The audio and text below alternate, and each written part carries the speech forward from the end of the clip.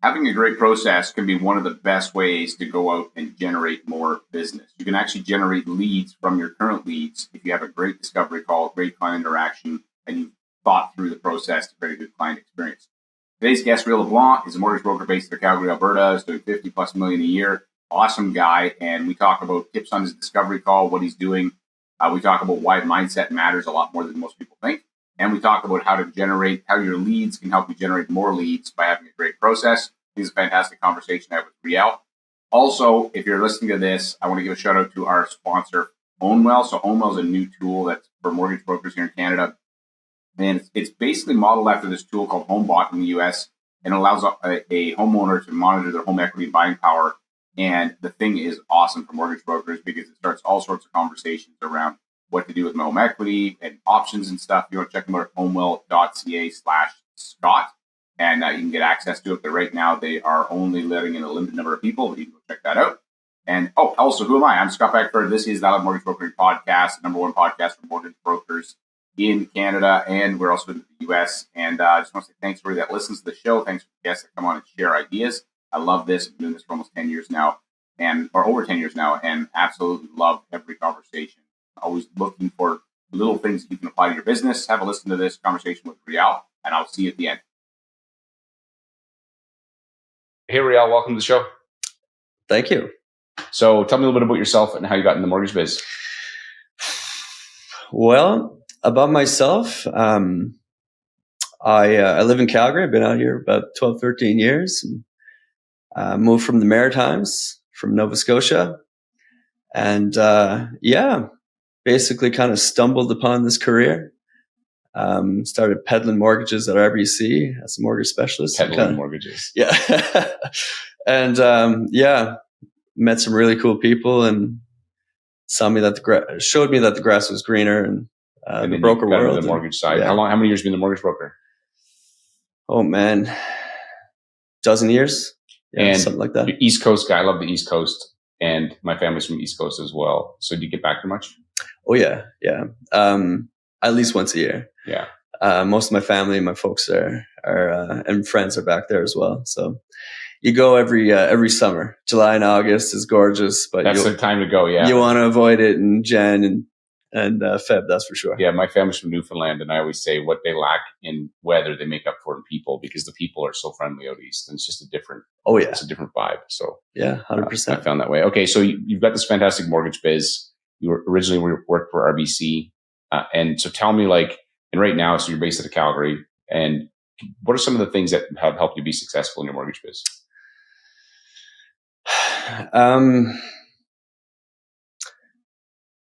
I'm trying to think, what are the main things? I think it's a combination of many things, but definitely my mindset has been a huge thing. I just have more grit than most. Mm-hmm. I can kind of grind through, grunt work a bit more than most.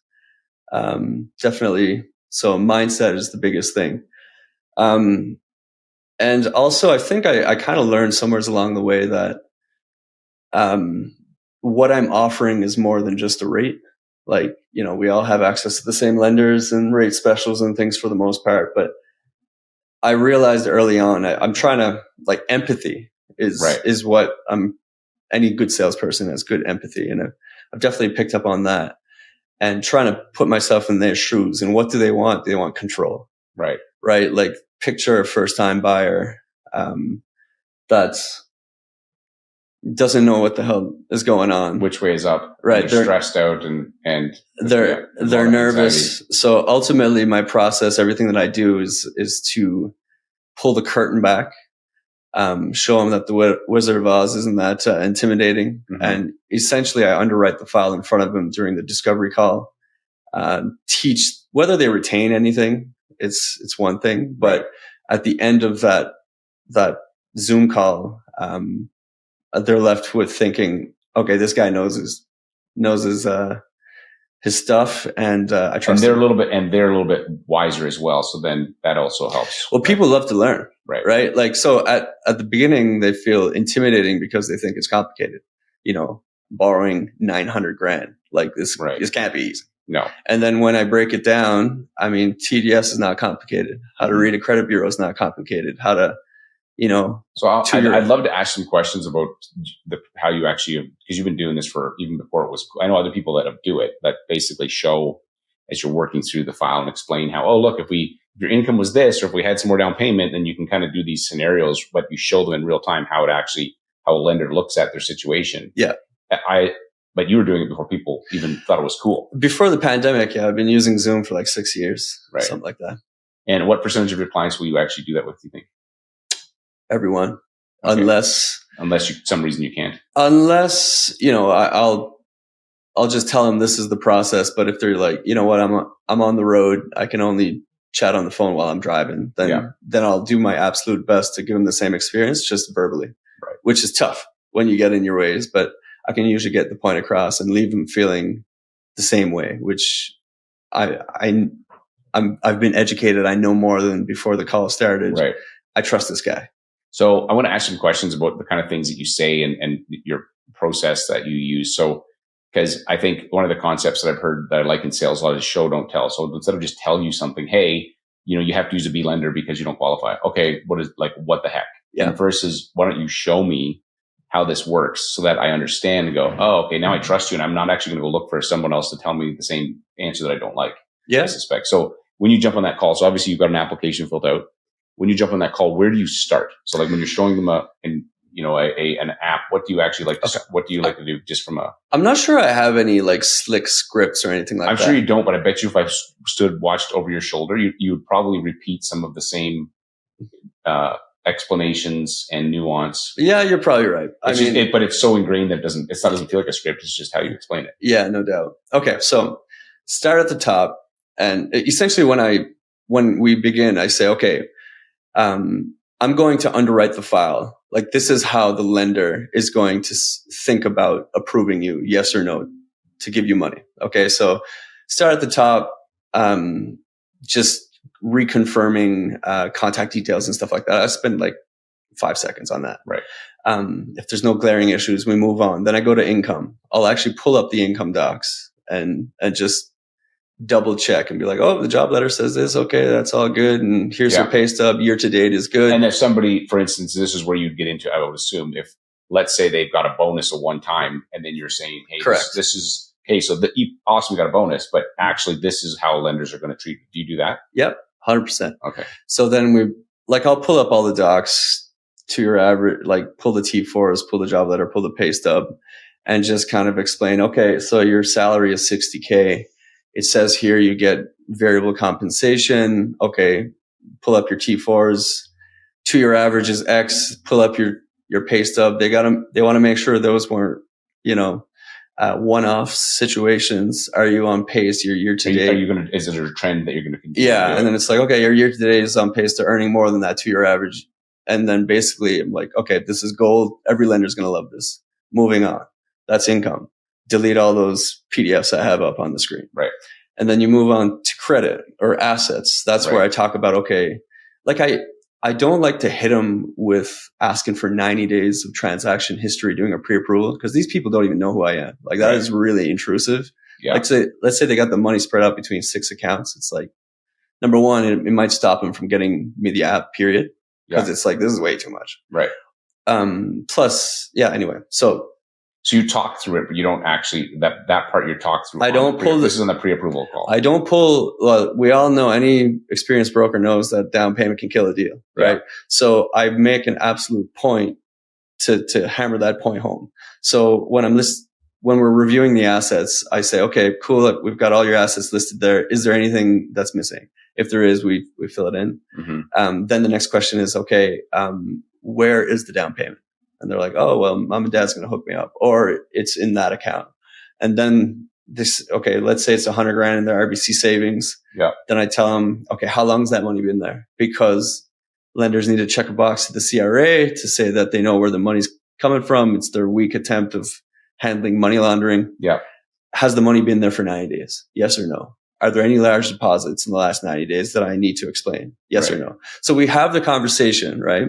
So if, they pull the trigger on a place, a few months from now, they're not surprised when I'm asking for that paperwork. Mm-hmm. And they also know, because I educated them on what lenders are looking for, they know not to move that money around to 14 different accounts. Yeah. Right. So I'm trying to. So it mitigates some of that. It helps anyway. Totally. Yeah. Now, okay, that's assets. Now we're moving on to credit. Yeah. Again, this whole idea is I'm educating the client to make them feel warm and fuzzy by the end.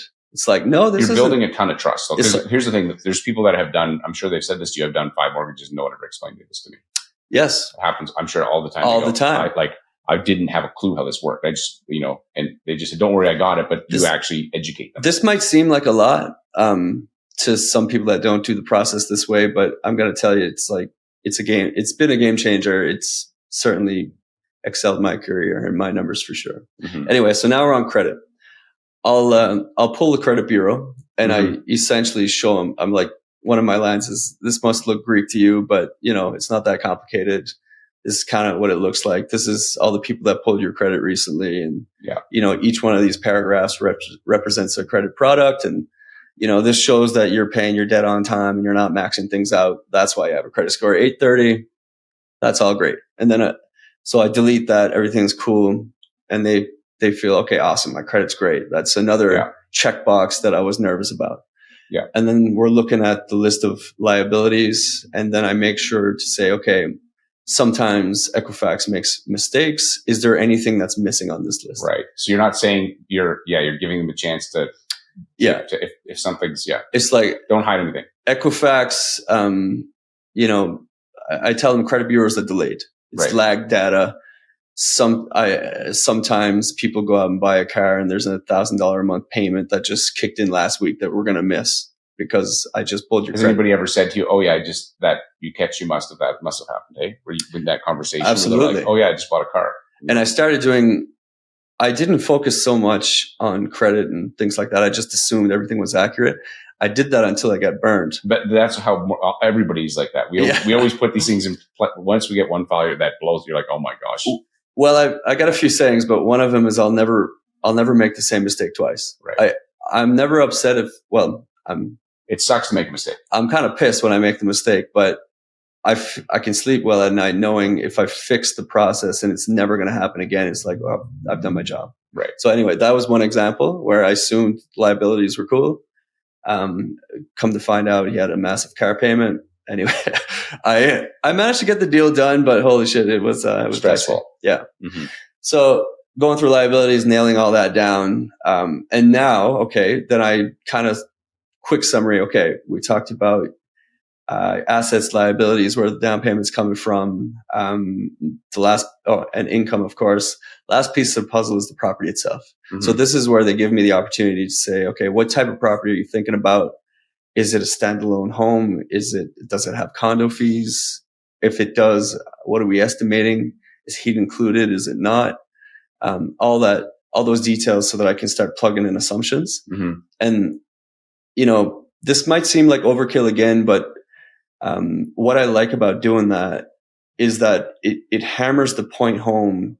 This makes a difference. Mm-hmm. So if I'm telling you a max purchase price of $500, but we didn't talk about condo fees, it's a problem. Yeah. So I will add condo fees and show them how it moves TDS. Mm-hmm. Well, first I educate them on what that is. Right. How do you explain TDS to someone? Like if I were a customer, what would your explanation of TDS be? TDS and GDS. Basically, I tell them, the way that lenders figure out what your max is they're comfortable with you spending a certain percentage of your gross monthly income. Mm-hmm. Generally speaking, 39% gross monthly income on your net house's costs. Mm-hmm. Property taxes, utilities, condo fees, and stress tested mortgage payment. Hopefully not stress tested for much longer, but yes. We'll see. Yeah. And then I explained, so just the house's costs, and then roughly 44% accounting for your house, and then any other monthly bills like what shows up on your credit bureau that we talked about. Right. So that's, and then so I plug in. On the pre-approval, I try not to hammer down rates too much because we all know how that works, right? And who knows what it's going to be anyway. So I do make a point of like, okay, just so I can plug in numbers and make this next point, I gotta pop in something here. So maybe I'll put if I know they're probably leaning towards a variable, I'll put a high number, right? Mm-hmm. And then that'll give us TDS. Right. And then from there, I'll tweak the numbers, the purchase price and all those assumptions we made around the property till we hit that 44.39. And I say, voila, that is your limit. And this is why. Right. So then they see, okay, then I also tell them, okay, this isn't a perfect science. No one can tell you to the penny what your absolute max is until you find the house. Right. Like I'm overestimating on property taxes. I'm probably overestimating. I'm using the high end of. So do you always go higher on all those numbers so that it just gives you a bit rather than maxing it, right, redlining it and then realizing, oh shoot, absolutely, that's probably smart. Another problem I made. You did that fast. You're like, hey, I'll redline this thing and then oh crap. Another mistake I made. It's classic sales, like under promise, over deliver, right? Right. So basically, I'll hit them with the max. And from there, I make sure I let them know, okay, I'm overestimating property taxes. You said condo fees would be anywhere from $350 to $550, so I plugged in $575. So if you find a spot within your limits, then fantastic, you're all set. But if you see a place that's like $20K higher than what I just said, like don't give up. Mm-hmm. If it's the dream house, reach out to me. Let me know you're making an offer on this specific house. Just send me the MLS and then I'll plug in the exact numbers and I'll tell you exactly what your limit is. Right. So that's the approach I take. Yeah, that's really good. And then when I used to do that too. I because I like to educate people on how the process worked and I would always say that I explain TDS and there's a limit, especially if it's an insured file. Like if it's 44, whatever, 0.1. It's like 0.1 or if it's 5%. It's like if you miss the bus by a minute or 15 minutes, you still don't get on the bus. Oh, I love that. So then they're like, okay, so this is why, Mr. Customer, if the condo fees are higher and it goes over by point, like it's literally you just missed the bus. You can see it. They don't let you on. Right. Yeah. And then they go, okay, so, but to your point, that I like that you build in a buffer because then you get to look like the hero when they come back and go, oh my gosh. Well, but also you don't have to worry about setting yourself up. It's not just that you're trying to make yourself look like a hero, but you're also not setting yourself up for a possible, oh shoot, I can't make this work. I've pushed too hard. I've redlined it basically. The other thing as well that I've inputted, like, we do this all day, every day. It's second nature to them and they're seeing it for the first time. It's tough for them to absorb everything we just taught them, even though it seems very simple to us. Yeah. So another process that I added to the pre-approval is I will send them a summary email. It's all templated and everything. I bang it out in a couple minutes, but part of the template in the email is assumptions. Right. So right there in the assumptions, it's like, okay, if we're assuming that they're going to have a rental suite in the basement and we're using that income, we gotta nail that down. Right. If I'm also saying, are we assuming condo fees? Are we assuming heat is included in that condo fee or is it not? So it's like bullet form. There's 3 or 4 main assumptions we made. So everything is documented. Everything is. So the beauty is, like, doesn't matter how busy I get. Client calls me up. I hate to admit it, but sometimes I get so busy that somebody, like a live deal, hits my desk. I forget who it is. Oh, that's not surprising, dude. You're doing a lot of files. So. Yeah. So and it's hard to keep it all in your head. No, I'm kind of embarrassed about that. That is not a brag by any stretch. So anyway. That happens to me all the time. Even when I only had and you get on a call with someone, you're like, you could they kind of blur together sometimes because you just do so much of it. Oh right? Yeah. It's like, oh, you're right. It was very similar, but just differences. And so that's why having that summary, you pretty pull it up and look at it and go. The very first thing I do before I call them up and say, that's wicked. Like, let's talk about choosing a lender. And I reread that email that I sent them. Yeah. The pre-approval summary email. Remember all the assumptions, take 5 minutes to take a peek at the file. What's the game plan? And then I hit them up and the conversation rolls like we just talked about it. Right. And they think I'm a hero. Right. Okay. So then, that's really good. Anything else that you do in your process that you find helps, that educates your clients or that they find useful? To be honest, after that, so there's a drip campaign, which, typical things, talk like how frequently is that going out? Once a week. So that's somebody who's in a pre-approval stage. So it could be something like, hey, here's how RSPs work, or here's how this works, or property taxes, or I assume there's a bunch of payment frequencies. Yeah, how does amortization. How does it make a difference? Yeah. You'll have to accept or decline life and disability insurance. Is what it's all about. Like, right. It's just a way for them to remember that who you are. Exactly. And then do you do any other, so if somebody's in that pre-approval bucket, do you any other communications with them to check in, or you just kind of wait? You know what? I'm very much a catch and release guy, and I'm not saying it's a good thing. This is another area of my business that I need to improve. Mm-hmm. But no, man, I bang out that meeting. I give it everything I got. I try to leave them with the warm and fuzzies, and they come back. Right. And if they don't, you're yeah, I'm sure. Yeah, it is what it is. It wasn't meant to be. No, but I mean, I shouldn't be so nonchalant about that. No, but I mean, well, here's the thing. Like, we've talked about this before turning the recorder, but like, you don't have very much of a team because you have one person. So yeah, and you're doing, do you mind sharing approximately how many files you do per year, like a range, or what? Yeah, I've been north of 100 for the last, like, throughout the whole pandemic, but this year I should shake out around 150. Right, so 150 files with one person helping you, and yeah, you're without any more support. Like, where you probably at you're pretty close to your limit already. I'm getting close to my limit. Maybe not there yet, but I mean, I got to say, my assistant Sandy is a killer. Mm-hmm. She's amazing. She's one of the hardest working people I know. Yeah. Very lucky to have her. But she's a huge reason why I can handle. And honestly, I don't even find I don't know. Maybe I just have this mindset where I try to compare myself to the top people. So when I hear about other people banging out incredible numbers of files, it's like, in comparison to that, it's like, you're a very humble guy though. So it's, but yeah, you're doing a lot of files for one assistant. And well, thank you. If you get another one, you can either just buy back more of your time, and you got a young family, or grow, or do a bit of both. Like kind of bit, and focus on maybe more of the part of the process that you enjoy.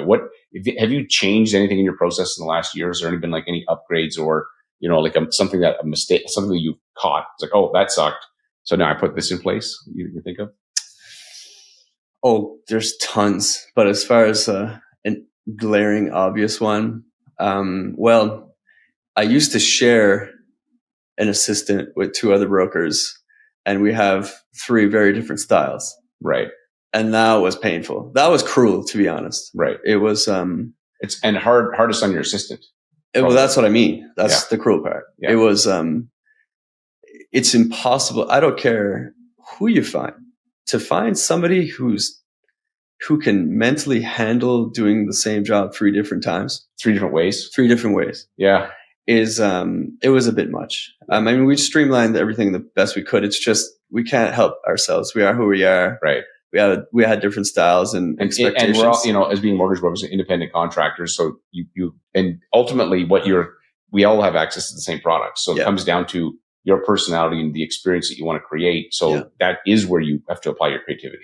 If it was all the same, they'd be like, well, you're the same as this person and this person. Yeah. And so then why would somebody work with you? Exactly. Which is part of the reason why I went in such detail about the pre-approval process, is because because not everybody does that. Yeah. I think it's ultimately, so one quote, and I'm probably going to butcher it, but I should know it better. Anyway, it literally set me on the path I'm at. It's Maya Angelou, and she said, they won't remember what you said, they won't remember what you did, but they'll remember how you made them feel. Right. And that's all I'm trying to do. Right. That's good. I'm trying to leave them feeling like I'm grateful that I was introduced to that guy.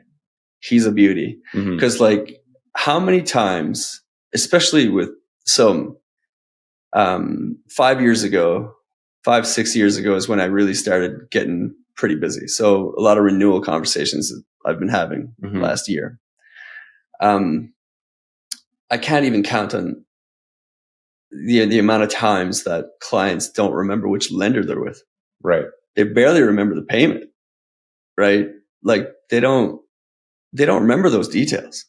All they remember is that I took care of them, and they had a problem. I stepped up. They trusted me.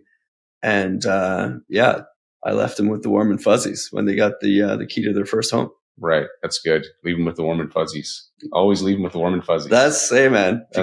That's your if you motto. If you can pull that off, you're doing good. Right. That's good. What about like lead gen? So where's your business come from now? I know you got a good database, but break down for me what that looks like. I've got some great realtors. I'd say that's the main sources. A couple financial planners, but that's what started the machine.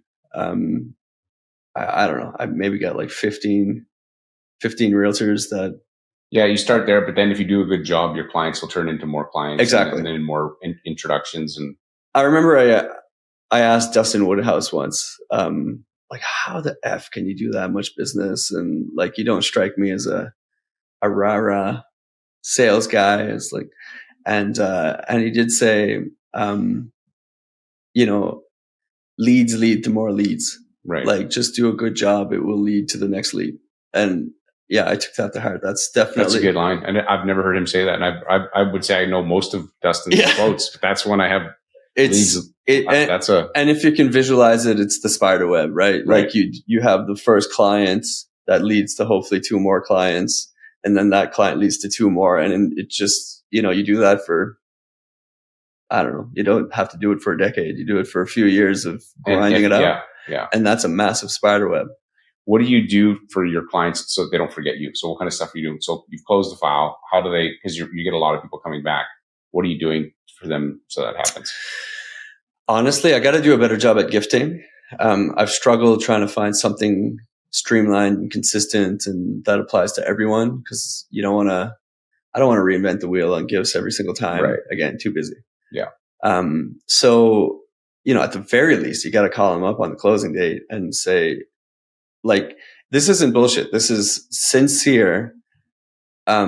Because they decided to work with me, I'm able to put food on my table. Mm-hmm. Because they decided to work with me, I'm feeding my kids, or I'm saving up for their education, or it's a big deal. So when I call them up and I say thank you, like, I'm sincere. It's sincere, right? There's no bullshit. So I think, again, I leave them feeling, knowing that I'm very grateful. Mm-hmm.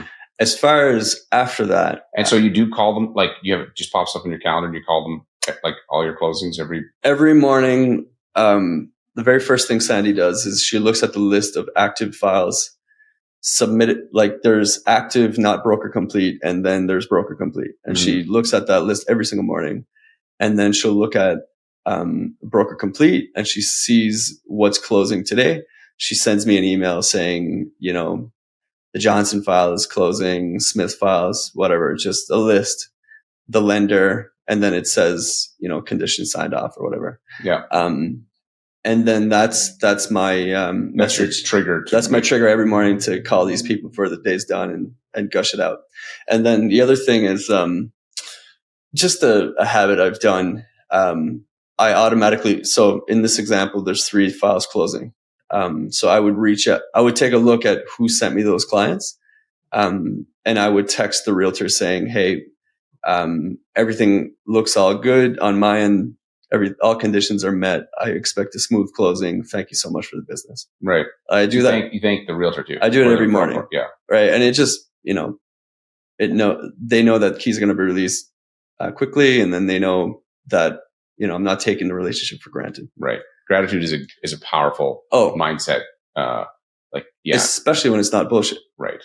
So, but anyway, so that we're not even talking about what we're still at the closing process. Okay. Yeah. So what happens after that? What happens after closing so that they remember to call you in 3 years or 5 years? I honestly don't even do anything fantastic, which is why, when you asked me to do this, I was very hesitant because I know how many people, got people that like yourself that are very good at their job that are you just put your head down and work. They always go, I don't do anything special. I'm like, yeah, but you do this consistency is key, right? You do the fundamentals well, and you just do them consistently, I would say. Yeah.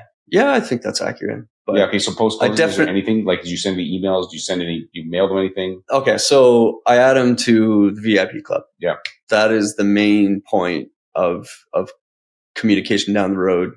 I struggle with social media. So, I mean, sometimes I add them, sometimes I don't. Like I struggle with social media. I find it's a bit toxic, but it is what it is. So if you want to stay in a good mindset, sometimes it's not like I recently got set up on Twitter or X now, just because I wanted to, because Ron Butler's on there, and man, it is a cesspool. Like it's incredibly, it's negative, man. Of negative information. Yeah, you're totally right. You got to protect your mindset for sure. Your vibe attracts your tribe. So anyway, set them up on that monthly. I don't think clients, after they've closed the mortgage, they don't want to, the last thing you want to do is send them something, talk about rates. Right. So I think a monthly email is enough. They see my face. It if they're at a dinner party, somebody brings up my mortgage is coming up for renewal. If they saw my face last week, it's good enough. Right? Yeah. It seems to be working. Oh yeah. And then one thing I love about that automated email system is to enter the draw, you got to answer a question, and that's huge. So I do take the time. I got it set up that every contestant entry, they're giving me the answer. So there's nuggets, like golden nuggets in that things process. They share. Yeah. Oh my God. Yeah. So there was one last month or the month before. It was on your first mortgage transaction, what is one thing you wish would have been different? I was like, whoa. Okay. So I had 70 entrants into that monthly contest. I got 70 answers, and I took the time to respond to every single one. Right. And essentially say, thank you so much for the feedback. I will take that into account. I'll do my best to. Was there one like, aha from that thing that you can think of that you're like, there's a tweak I'm going to make to my process from that? You would think, but no. Okay. I think it was a lot of little things. I noticed a lot of people saying that I wish I would have known a bit more about the difference between fixed and variable, which is a fault on me. But actually, some of those responses, I didn't do their first mortgage. Right. I did their second or third, right? Right. So I was doing my best to see this as a learning opportunity and not a gut punch to my ego. Right. Feedback is good though, because you can actually, whether you don't have to, you don't have to agree with them for to hear it. Because sometimes people don't, but there's still a value in getting feedback. Well, to answer your question though, now that I've had a couple seconds to think about it, there was a few that brought up the hidden costs in home ownership. So like, if you noticed in my detailed explanation of the pre-approval process, nowhere did I bring up home insurance or utilities or, home maintenance, like, pulling out the dust out of your air ducts and stuff like that. Right. So, if I could give them, sometimes with first time buyers, what I'll do is, okay, this is the mortgage payment. This is property tax. This is condo fees. We'll estimate utilities. We'll estimate house insurance. Like I do try to give them an all in number. So that was one answer that I was like, okay, maybe I should do that with every client, right? Every first time buyer, at least. Yeah. If depending on the market, like, again, if you're really low TDS, it probably doesn't matter. But when you get closer to the max, it's probably more of it. Like the person who's going to be more concerned about it is the person who's closer to the limit. The person who's 30%, it's like that. Otherwise, they're like, you're driving me crazy. Yeah. I hear you. No, actually, I never thought of it that way. In my mind, I was thinking, okay, I'll do this with every first time buyer. But you're right. It would be anything with TDS above, I don't know, 39%. Right. Some kind of arbitrary rule like that. You could do that. I like creating little systems like that for myself. So it's sort of like it. So is there anything that I didn't ask you that you think could be helpful for listeners? Well,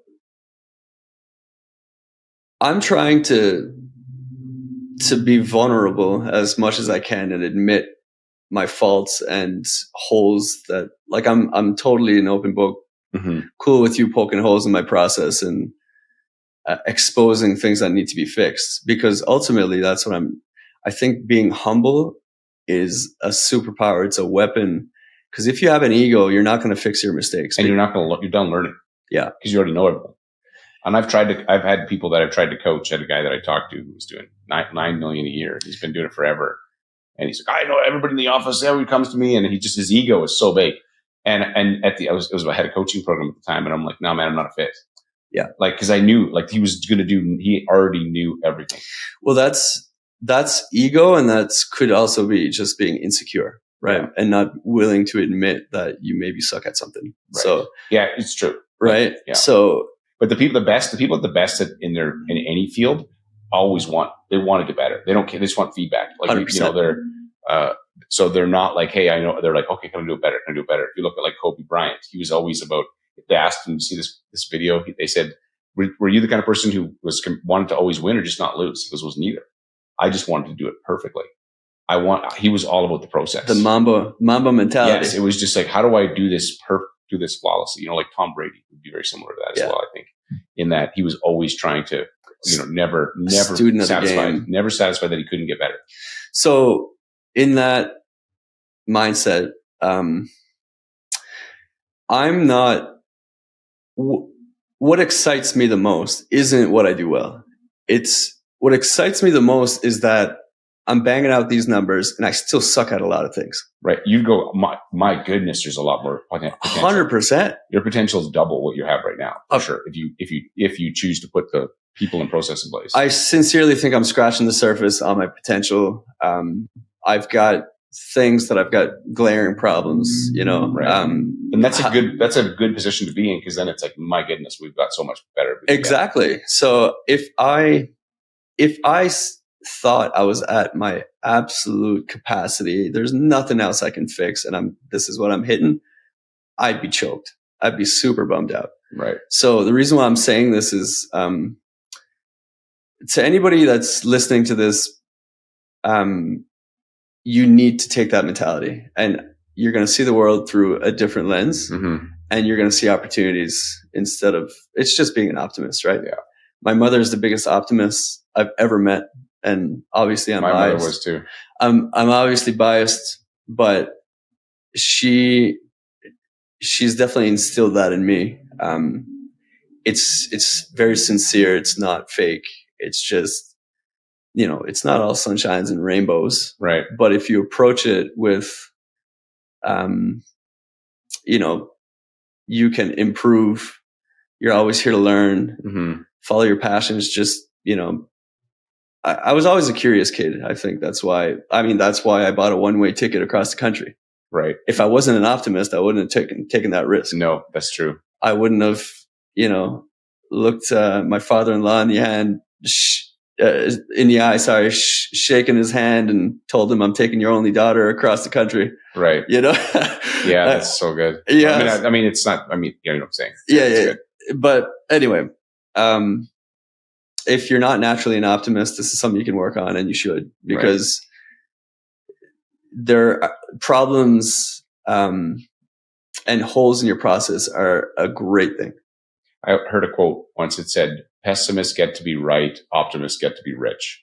But it's not just rich in money, rich in life, rich in relationships, because you're always looking for the good instead of looking for the bad. You'll find the bad if you want to look for it. Oh yeah. Right. And so I think that's no shortage of that. That's a superpower of yours. Thanks for chatting with me, man.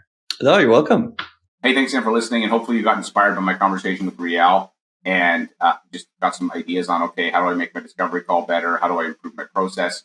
A lot of times it's not the big things that make the big difference. It's a whole bunch of the little things that you do consistently, and you stack them up, and all of a sudden you have a fantastic business. And Réal definitely has done that with his mortgage business, and love guys like Réal as well as. So if you're listening to this, I encourage you a couple of things. One, if you find these shows useful, shoot me an email, scott@mortgagebrokering.com. I always love to hear from you. If you have a guest idea, like, hey, this person's doing some cool stuff, send me an email. I'd love to connect with them. And also, I'm on social now, and something I started about a year ago. And it's new for me, but I'm working at it. Go follow me on there. I'd really appreciate it. Thanks again for listening. And as I always say, there's no problem in your mortgage business that someone else has already solved. Your problem is who's got the answer. Hopefully this podcast provides some of those answers. Thanks for listening, and I will see you on the next episode.